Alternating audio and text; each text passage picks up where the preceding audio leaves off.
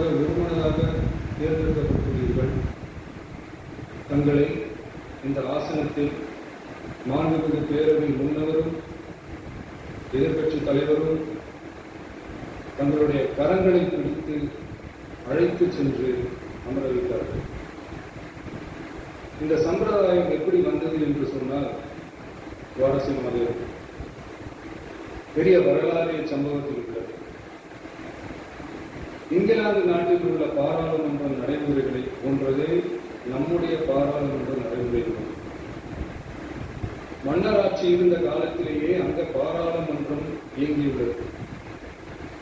அக்காலத்தில் அனைத்து அதிகாரங்களையும் பெற்ற மன்னரும் இருந்தார், பாராளுமன்றமும் இயங்கியது. அங்கே மன்னர் ஒரு பணியை செய்ய வேண்டும் என்று விரும்புவார். பாராளுமன்றம் அவருடைய விருப்பத்தை பெரும்பாலும் நிராகரிக்கும்.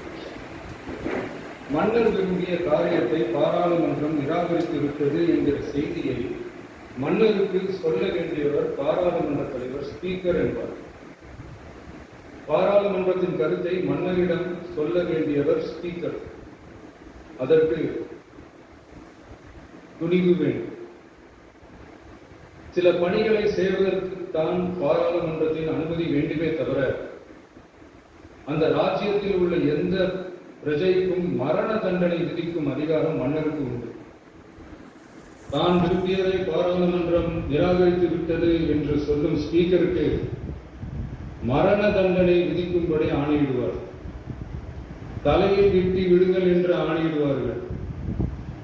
இது பலமுறை நடந்ததால் யாருமே இந்த ஸ்பீக்கர் பதவிக்கு வர விரும்ப மாட்டார்கள். எனவே புதிதாக பாராளுமன்றம் அமையும் போது ஸ்பீக்கர் பதவிக்கு ஒருவர் அறிவிக்கப்பட்டவுடன் அவர் உடனே தலை தப்பித்தால் போதும் என்று ஓட்டம் பிடிக்கிறார். அணை முன்னவரும் எதிர்க்கட்சி தலைவரும் அவரை தடுத்து நிறுத்தி அவர் கைகளை பிடித்து இழுத்து வந்து ஆசனத்தில் அமர வைப்பார். இதுதான் அந்த காலத்தில் இருந்து வந்த மரபு. ஜனநாயக முறை ஏற்பட்ட பிறகும் இம்மரபு தொடர்கிறது.